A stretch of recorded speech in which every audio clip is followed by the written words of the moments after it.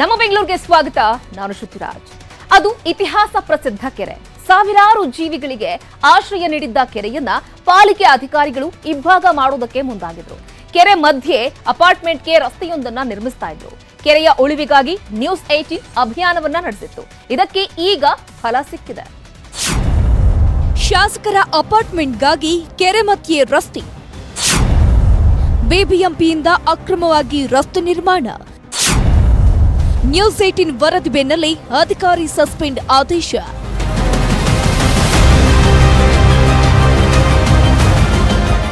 BBMP ಅಧಿಕಾರಿಗಳದ್ದು ಆಡಿದ್ದೇ ಆಟ ಎನ್ನುವಂತಾಗಿದೆ. ಹೇಳೋರಿಲ್ಲ, ಕೇಳೋರಿಲ್ಲ, ತಾವು ಮಾಡಿದ್ದೇ ರೂಲ್ಸ್, ಮಾಡಿದ್ದೇ ಕೆಲಸ. ಇದೀಗ ನಿಯಮ ಮೀರಿ ಹೊಸಕೆರೆ ಹಳ್ಳಿಯ ಕೆರೆಯನ್ನೇ ಇಬ್ಬಾಗ ಮಾಡಿ ಪ್ರಭಾವಿ ಶಾಸಕರೊಬ್ಬರ ಅಪಾರ್ಟ್ಮೆಂಟ್ಗೆ ಪಾಲಿಕೆ ರಸ್ತೆಯನ್ನ ನಿರ್ಮಿಸುತ್ತಿದೆ.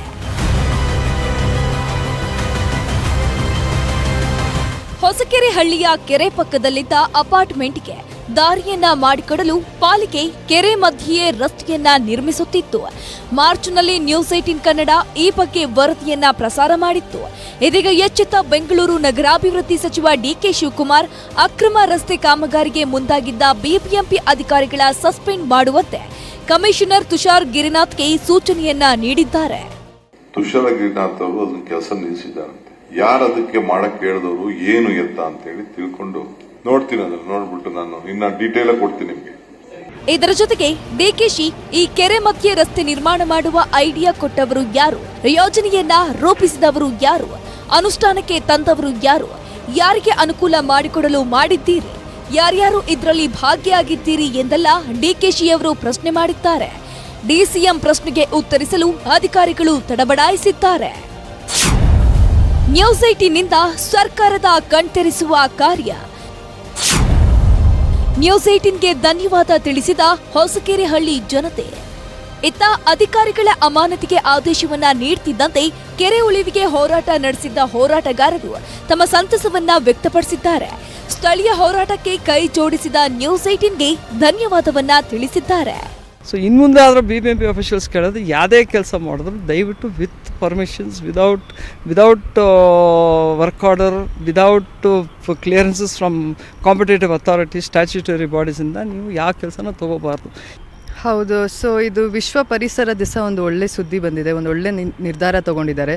ಸೊ ಒಂದು ಸ್ವಲ್ಪ ಅಥಾರಿಟೀಸ್ BBMPಯಲ್ಲಿ ಯಾರ್ಯಾರು ರೆಸ್ಪಾನ್ಸಿಬಲು ಅವರು ಲೆಸನ್ ಕಲ್ತರೆ ಇನ್ನು ಮಿಕ್ಕಿದವರು ಕಲಿತಾರೆ ಅಂತ ನಮ್ಮದು ದಟ್ಸ್ ಆರ್ ವಿಶ್. ಒಟ್ನಲ್ಲಿ ಹೊಸಕೆರೆ ಹಳ್ಳಿ ಲೇಕ್ ಉಳಿವಿಗೆ ಸ್ಥಳೀಯರು ಹಾಗೂ ನ್ಯೂಸ್ 18 ಮಾಡಿದ ಪರಿಶ್ರಮಕ್ಕೆ ಫಲ ಸಿಕ್ಕಂತಾಗಿದೆ. ಇನ್ನು ಕೆರೆಯನ್ನ ಆದಷ್ಟು ಬೇಗ ಮೊದಲಿನ ಸ್ಥಿತಿಗೆ ಬರುವಂತೆ ಮಾಡಿದ್ರೆ ಒಳ್ಳೆಯದು. ಶಿವಪ್ರಸಾದ್ ಜೊತೆ ಹಂಸಶ್ಯಾಮಲಾ, ನ್ಯೂಸ್ 18 ಬೆಂಗಳೂರು. ರಾಜಧಾನಿಗೆ ಬ್ರ್ಯಾಂಡ್ ಬೆಂಗಳೂರು ಎಂಬ ಖ್ಯಾತಿ ಇತ್ತು. ಆದರೆ ಕಳೆದ ಕೆಲ ವರ್ಷಗಳಿಂದ ಬೆಂಗಳೂರು ತನ್ನ ಬ್ರ್ಯಾಂಡ್ ವ್ಯಾಲ್ಯೂವನ್ನೇ ಕಳೆದುಕೊಳ್ತಾ ಇದೆ. ಇದನ್ನ ಮತ್ತೆ ಮರುಸ್ಥಾಪಿಸುತ್ತೇವೆ ಎಂಬ ಭರವಸೆಯೊಂದಿಗೆ ಅಧಿಕಾರಕ್ಕೆ ಬಂದ ಕಾಂಗ್ರೆಸ್ ಇದೀಗ ಒಂದು ಹೆಜ್ಜೆ ಮುಂದಿಟ್ಟಿದೆ.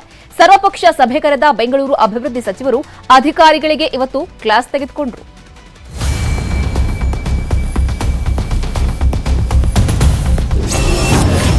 ಡಿಕೆಶಿ ನೇತೃತ್ವದಲ್ಲಿ ಬೆಂಗಳೂರು ಜನಪ್ರತಿನಿಧಿಗಳ ಸಭೆ. ಕಳ್ಳಲೆಕ್ಕ ನಡೆಯಲ್ಲ ಅಂತ ಅಧಿಕಾರಿಗಳಿಗೆ ವಾರ್ನ್. ಬೆಂಗಳೂರು ಅಭಿವೃದ್ಧಿ ಸಚಿವ ಉಪಮುಖ್ಯಮಂತ್ರಿ ಡಿಕೆ ಶಿವಕುಮಾರ್ ನೇತೃತ್ವದಲ್ಲಿ ಬೆಂಗಳೂರು ಶಾಸಕರು, ಸಂಸದರು, ಪರಿಷತ್ ಸದಸ್ಯರ ಸಭೆ ನಡೆಯಿತು. ಕಾಂಗ್ರೆಸ್ ಸರ್ಕಾರ ಅಧಿಕಾರಕ್ಕೆ ಬಂದ ಮೇಲೆ ನಡೆದ ಮೊದಲ ಸರ್ವಪಕ್ಷ ಸಭೆಯಲ್ಲಿ ಬಿಜೆಪಿಗರು ಅಸಮಾಧಾನವನ್ನ ಹೊರಹಾಕಿದ್ದಾರೆ. ಡಿಕೆಶಿ ಸಭೆಗೆ ಬರೋಕೆ 1 ಗಂಟೆ ತಡವಾಯಿತು ಅಂತ ಬಿಜೆಪಿ ನಾಯಕರಾದ ಅಶ್ವಥ್ ನಾರಾಯಣ್, ಎಸ್ಟಿ ಸೋಮಶೇಖರ್, ಭೈರತಿ ಬಸವರಾಜು, ಮುನಿರತ್ನ ಸೇರಿ ಹಲವರು ಸಭೆಯಿಂದ ಹೊರನಡೆದ್ರು. ಸಚಿವ ಜಮೀರ್ ಅಹಮ್ಮದ್ ಓಡಿ ಬಂದು ಕೂಗಿ ಕರೆದ್ರು ಕೂಡ ಬಿಜೆಪಿ ನಾಯಕರು ಬರಲಿಲ್ಲ. ಇದಕ್ಕೆ ಗರಂ ಆದ ಡಿಕೆಶಿ ರಾಜಕೀಯ ಬಿಟ್ಟು ಅಭಿವೃದ್ಧಿ ಮಾಡೋಣ, ಪ್ರೀತಿಗೂ ಸೈ, ಸಂಘರ್ಷಕ್ಕೂ ಸೈ ಎಂದ್ರು. ರಾಜಕಾರಣ ಮುಗಿದಿದೆ, ಕೊಟ್ಟು ಮಾತು ಉಳಿಸ್ಕೊಳ್ಬೇಕು. ಜನರು ನಮ್ಮಲ್ಲಿ ಏನು ಒಂದು ವಿಶ್ವಾಸ ಇಟ್ಟಿದ್ದಾರೆ, ಅದನ್ನು ವಿಶ್ವಾಸವನ್ನು ಉಳಿಸ್ಕೊಳ್ಳೋಣ. ಸೊ ಎಲ್ಲರೂ ಸಹಕಾರ ಕೊಡಿ ಅಂತ ರಿಕ್ವೆಸ್ಟ್ ಮಾಡ್ಕೊಂಡಿದ್ದೀನಿ. ರಾಜಕಾರಣ ಮಾಡ್ತೀನಿ, ನಾವು ರಾಜಕಾರಣ ಮಾಡಿ, ಏನದಕ್ಕೆ ಅಭ್ಯಂತರ ಇಲ್ಲ. ಇತ್ತ ಬಿಜೆಪಿಯ ಜನಪ್ರತಿನಿಧಿಗಳು ಎದ್ದು ಹೋದ್ರೂ ತಲೆ ಕೆಡಿಸಿಕೊಳ್ಳದ ಡಿಕೆಶಿ 3 ಗಂಟೆಗಳ ಕಾಲ ಅಧಿಕಾರಿಗಳಿಗೆ ಅಭಿವೃದ್ಧಿಯ ಕ್ಲಾಸ್ ಮಾಡಿದ್ದಾರೆ. ವಾರ್ಡ್ಗಳಲ್ಲಿ ಆಗೋ ಕೆಲಸಗಳ ಫೈಲ್ ರೆಡಿಯಾಗಬೇಕು, ಕಳ್ಳಲೆಕ್ಕ ಇನ್ಮುಂದೆ ನಡೆಯಲ್ಲ. ಕೆಲಸಕ್ಕೆ ತಕ್ಕಂತೆ ಬಿಲ್ ರಿಲೀಸ್ ಆಗಬೇಕು. ಅಧಿಕಾರಿಗಳು ಆಟ ಆಡಲು ನೋಡಿ ದಿಕ್ಕು ತಪ್ಪಿಸಲು ಯತ್ನಿಸಿದ್ರೆ ಸಹಿಸಲ್ಲ ಅಂತ ವಾರ್ನ್ ಮಾಡಿದ್ರು. ಇಡೀ ಬೆಂಗಳೂರು ನಗರದ ಎಲ್ಲ ಕೆಲಸ ಕೂಡ ಒಂದೊಂದು ವಾರ್ಡ್ಗೆ ಒಂದು ಸಪರೇಟ್ ಫೈಲ್. ಯಾವುದೇ ಕೆಲಸ ಮಾಡ್ಬೇಕಾದ್ರೆ ಆ ದಾಖಲೆ ಇರಬೇಕು. ನಮ್ಗೆ ಎಲ್ಲ ವಾರ್ಡ್ ಇಂದ ಅವತ್ತು ಏನೇನು ಕೆಲಸಗಳು ನಡೀತಾ ಇರ್ತದೆ ಅವತ್ತು ವಿಡಿಯೋ ಅಪ್ಲೋಡ್ ಆಗಬೇಕು. ಕೆಲಸ ಮಾಡದೆ ಬಿಲ್ ಬರ್ಸೋದು, ಇವತ್ತು ಸ್ಯಾಂಕ್ಷನ್ ಆಗಿದೆ 4 ದಿನಕ್ಕೆ ಬಿಲ್ಗಳು ಬರೆಯೋದು ಕಣ್ಣಲ್ಲಿ ಕೆಲವು ನೋಡಬೇಕಾಗಿದೆ. ಇನ್ನು ಡಿಕೆಶಿಯವರ ಸಭೆಯಲ್ಲಿ ಚರ್ಚೆಯಾದ ವಿಷಯಗಳು ಯಾವ್ಯಾವುದು ಅನ್ನೋದನ್ನ ನೋಡೋದಾದ್ರೆ, ಕುಡಿಯುವ ನೀರು, ಒಳಚರಂಡಿ ವ್ಯವಸ್ಥೆ, ತ್ಯಾಜ್ಯ ನಿರ್ವಹಣೆ, ರಾಜಕಾಲುವೆಯ ಹೂಳೆತ್ತುವ ಬಗ್ಗೆ ಅಧಿಕಾರಿಗಳಿಗೆ ಕೆಲ ಸೂಚನೆಯನ್ನ ಡಿಕೆಶಿಯವರು ನೀಡಿದ್ದಾರೆ. ಹಾಗೆ ಬೆಂಗಳೂರಿನಲ್ಲಿ ಸಂಚಾರ ದಟ್ಟಣೆ ಹೆಚ್ಚಿದ್ದು ಅದನ್ನ ನಿಯಂತ್ರಿಸುವ ವಿಚಾರಕ್ಕೆ ಸಂಬಂಧಪಟ್ಟಂತೆ ಟ್ರಾಫಿಕ್ ಪೊಲೀಸರ ಜೊತೆ ಮಾತುಕತೆಯನ್ನ ನಡೆಸಿದ್ರು. ಹಾಗೇನೆ ಅಂಡರ್ ಪಾಸ್ಗಳಲ್ಲಿ ಸಿಸಿಟಿವಿ ಅಳವಡಿಕೆ, ಮಳೆ ನಿರ್ವಹಣೆ, ರಸ್ತೆಗಳ ನಿರ್ವಹಣೆ ಬಗ್ಗೆಯೂ ಡಿಕೆಶಿ ಅಧಿಕಾರಿಗಳಿಗೆ ಕೆಲ ಸೂಚನೆಯನ್ನ ನೀಡಿದ್ದಾರೆ. ಸದ್ಯ ಅಧಿಕಾರಿಗಳ ಜೊತೆ ಡಿಕೆಶಿ ಬೆಂಗಳೂರು ಅಭಿವೃದ್ಧಿಗೆ ಹೆಚ್ಚು ಒತ್ತು ಕೊಡಬೇಕು ಅಂತ ಪಾಠವನ್ನ ಮಾಡಿದ್ರು. ನಗರದಲ್ಲಿ ಎಲ್ಲಾ ಕಡೆಯೂ ಸಂಚರಿಸಿ ಪ್ರತಿ ಕಾಮಗಾರಿ ಅಭಿವೃದ್ಧಿಯನ್ನ ಪರಿಶೀಲನೆ ಮಾಡ್ತೀನಿ ಅಂತಲೂ ಹೇಳಿಕೆಯನ್ನ ಕೊಟ್ರು. ಶಿವಪ್ರಸಾದ್, ನ್ಯೂಸ್ 18 ಬೆಂಗಳೂರು. ರಾಜ್ಯ ಸರ್ಕಾರ ಚುನಾವಣೆ ವೇಳೆ ನೀಡಿದ್ದ ಭರವಸೆಯಂತೆ ಮಹಿಳೆಯರಿಗೆ ಉಚಿತ ಬಸ್ ನೀಡುವುದಕ್ಕೆ ಸಜ್ಜಾಗ್ತಾ ಇದೆ. ಆದರೆ ಸರ್ಕಾರದ ಈ ನಿರ್ಧಾರದಿಂದ ಸಿಲಿಕಾನ್ ಸಿಟಿಯ ಆಟೋ ಚಾಲಕರು ಆತಂಕಕ್ಕೆ ಒಳಗಾಗಿದ್ದಾರೆ. ಯಾಕೆ, ಏನಾಯ್ತು ಹಾಗಾದ್ರೆ ನೀವೇ ನೋಡಿ. ಆಟೋಗಳಿಗೆ ತಟ್ಟುತ್ತಾ ಫ್ರೀ ಬಸ್ ಎಫೆಕ್ಟ್. ಸರ್ಕಾರದ ಗ್ಯಾರಂಟಿಗೆ ಸಾರಥಿ ಕಂಗಾಲು.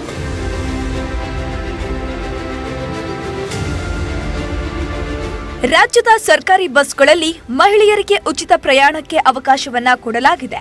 ಜೂನ್ 11ರಿಂದ ಶಕ್ತಿ ಯೋಜನೆ ಜಾರಿಯಾಗಲಿದೆ. ಆದರೆ ಇದರ ಬೆನ್ನಲ್ಲೇ ರಾಜಧಾನಿಯಲ್ಲಿ ಆಟೋ ಟ್ಯಾಕ್ಸಿ ಚಾಲಕರಿಗೆ ಸಂಕಷ್ಟ ಎದುರಾಗಿದೆ.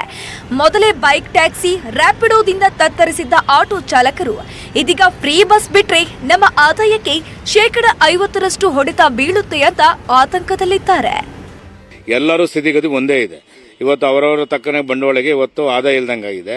ಬಹುತೇಕ ನಮ್ಮ ಆಟೋ ಚಾಲಕರು, ಟ್ಯಾಕ್ಸಿ ಚಾಲಕರು ಬಹಳಷ್ಟು ನಾವು ನಿರ್ಗತಿಗಾಗುವಂತ ಪರಿಸ್ಥಿತಿ ಉದ್ಭವ ಆಗ್ಬಿಡುತ್ತೆ.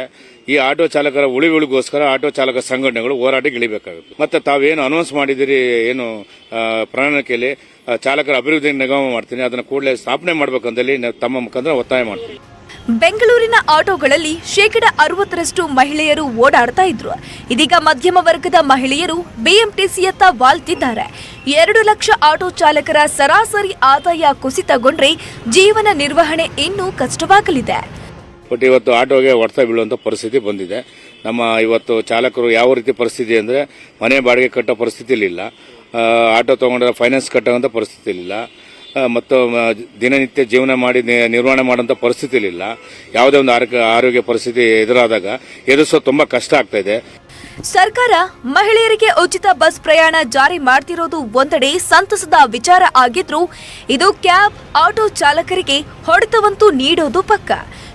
ಶರಣು Hampi, news 18. Welcome back. Ambi ಮನೆಯಲ್ಲಿ ಬಹಳ ವರ್ಷಗಳ ನಂತರ ಶುಭ ಕಾರ್ಯ ನೆರವೇರಿದೆ. ಅಮರ್ ಅವತಾರದಲ್ಲಿ ಚಿತ್ರರಂಗಕ್ಕೆ ಕಾಲಿಟ್ಟಿದ್ದ ಜೂನಿಯರ್ ಅಮರ್ನಾಥ್ ಈಗ ಅವಿವಾ ಜೊತೆ ವೈವಾಹಿಕ ಜೀವನಕ್ಕೆ ಗ್ರ್ಯಾಂಡ್ ಆಗಿ ಎಂಟ್ರಿ ಕೊಟ್ಟಿದ್ದಾರೆ. ಅವಿವಾ ಅಭಿ ಮದುವೆಯ ಸಂಭ್ರಮ ಹೇಗಿತ್ತು ನೀವೇ ನೋಡಿ.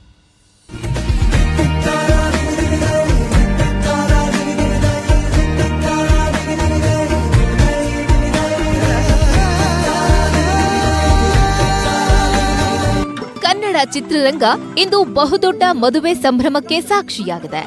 ಮಂಡ್ಯದ ಗಂಡು ರೆಬಲ್ ಸ್ಟಾರ್ ಅಂಬರೀಶ್ ಪುತ್ರ Young rebel star Abhishek Ambareesh Aviva ಜೊತೆ ನವ ಜೀವನಕ್ಕೆ ಕಾಲಿಟ್ಟಿದ್ದಾರೆ. ಸಾಕಷ್ಟು ವರ್ಷಗಳಿಂದ ಪ್ರೀತಿಯಲ್ಲಿದ್ದ ಈ ಜೋಡಿ ಇವತ್ತು ಸಂಸಾರ ನೌಕೆಯೇರಿದ್ದಾರೆ. ಅರಮನೆ ಮೈದಾನದ ಚಾಮರ ವಜ್ರದಲ್ಲಿ ಅವಿವಾ ಬಿದ್ದಪ್ಪಗೆ ಅಭಿ ಮಾಂಗಲ್ಯ ಧಾರಣೆ ಮಾಡಿದ್ರು.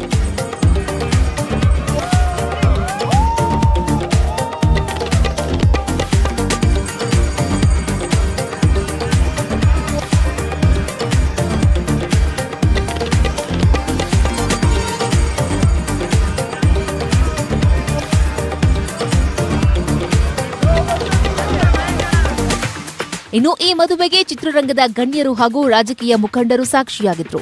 ತಮಿಳು ಸೂಪರ್ ಸ್ಟಾರ್ ತಲೈವ ರಜನಿಕಾಂತ್, ಮೋಹನ್ ಬಾಬು, ಮಾಜಿ ಉಪರಾಷ್ಟ್ರಪತಿ ವೆಂಕಯ್ಯ ನಾಯ್ಡು ಉಪಸ್ಥಿತರಿದ್ದರು. ಹಾಗೆ ಕಿಚ್ಚ ಸುದೀಪ್ ದಂಪತಿ, ಉಪೇಂದ್ರ ದಂಪತಿ ಸೇರಿ ಸ್ಯಾಂಡಲ್ವುಡ್ನ ಸೆಲೆಬ್ರಿಟಿಗಳು ಉಪಸ್ಥಿತರಿದ್ದರು.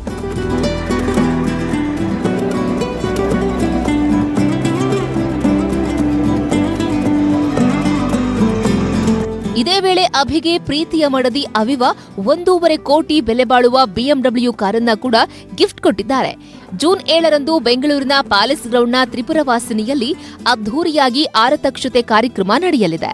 ಜೂನ್ 16ರಂದು ಮಂಡ್ಯದಲ್ಲಿ ಬೀಗರ ಔತಣಕೂಟ ನಡೆಯಲಿದ್ದು ಬರೋಬ್ಬರಿ 1 ಲಕ್ಷ ಜನರಿಗೆ ಊಟದ ವ್ಯವಸ್ಥೆ ಕೂಡ ಮಾಡಲಿದ್ದಾರೆ. Satish Kanakapura, film bureau, news 18 Kannada. ಇಂದು ವಿಶ್ವ ಪರಿಸರ ದಿನ. ನಾಡಿನೆಲ್ಲೆಡೆ ಪರಿಸರ ಪ್ರೇಮಿಗಳು ಪರಿಸರ ದಿನವನ್ನ ಆಚರಿಸಿದ್ರು. ಬೆಂಗಳೂರಿನ ಎಲ್ಲ ಸರ್ಕಾರಿ ಕಚೇರಿ, ಪಾಲಿಕೆಯಲ್ಲಿ ಅರಣ್ಯ ಇಲಾಖೆ ವತಿಯಿಂದ ಗಿಡ ನೆಟ್ಟು ವಿಶ್ವ ಪರಿಸರ ದಿನವನ್ನ ಆಚರಿಸಲಾಯಿತು. ಇನ್ನು ನಗರದ ವೃಕ್ಷ ಸೇವಾ ಪ್ರತಿಷ್ಠಾನ ಎಂಬ ಯುವಕರ ಟ್ರಸ್ಟ್ ಬೆಂಗಳೂರಿನ ಪಾರ್ಕ್ಗಳನ್ನ ಪ್ಲಾಸ್ಟಿಕ್ ಮುಕ್ತವನ್ನಾಗಿಸುವ ಪಣ ತೊಟ್ಟಿದೆ. ಅದರಂತೆ ಇವತ್ತು ಪಾರ್ಕ್ಗಳನ್ನ ಸ್ವಚ್ಛಗೊಳಿಸಿ ವಿಶ್ವ ಪರಿಸರ ದಿನವನ್ನ ಆಚರಿಸಿದ್ರು.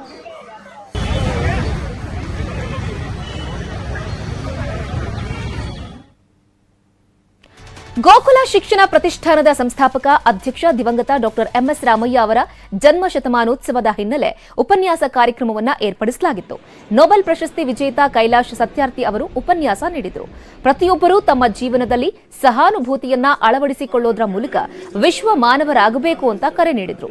ಈ ಸಂದರ್ಭದಲ್ಲಿ ಗ್ಲೋಬಲ್ ಕಂಪ್ಯಾಷನ್ ಆಂದೋಲನ ಆರಂಭಿಸಿದ್ದೇನೆ, ವಿದ್ಯಾರ್ಥಿಗಳು ಈ ಆಂದೋಲನದಲ್ಲಿ ಭಾಗಿಯಾಗಬೇಕು ಅಂತ ಕರೆ ಕೊಟ್ಟರು. ಇನ್ನು ಕಾರ್ಯಕ್ರಮದಲ್ಲಿ ಮಾತನಾಡಿದ ಗೋಕುಲ ಎಜುಕೇಷನ್ ಫೌಂಡೇಶನ್ನ chairman doctor MR Jairam, global compassion ಸಾರಿದ ದೇಶ ಭಾರತ, ಪ್ರತಿ ಜೀವಿಯನ್ನು ಸಮಾನವಾಗಿ ನೋಡುವ ಮನೋಭಾವ ಭಾರತೀಯರದ್ದು ಅಂತ ತಿಳಿಸಿದರು. ಕಾರ್ಯಕ್ರಮದಲ್ಲಿ ಗೋಕುಲ ಎಜುಕೇಷನ್ ಫೌಂಡೇಶನ್ನ ವೈಸ್ ಚೇರ್ಮನ್ ಎಂಆರ್ ಸೀತಾರಾಮ್, ಕಾರ್ಯದರ್ಶಿ ಎಂಆರ್ ರಾಮಯ್ಯ ಸೇರಿ ಹಲವರು ಪಾಲ್ಗೊಂಡಿದ್ದರು. If young people, students and youth become the spokesperson, champions and change makers for their left out or left behind sisters and brothers who are languishing in different kind of injustices and inequalities and atrocities, only then we can create a sustainable and peaceful society. So I always call upon youth not to wait for some Masiha to come and change or anyone to come and change from the heaven or from the earth. Young people are the change. ಇದು ಇವತ್ತಿನ ನಮ್ಮ ಬೆಂಗಳೂರು. ನೋಡ್ತಾ ಇರಿ news 18, ಜಾಲ ನಮ್ಮದು, ಬಲ ನಿಮ್ಮದು.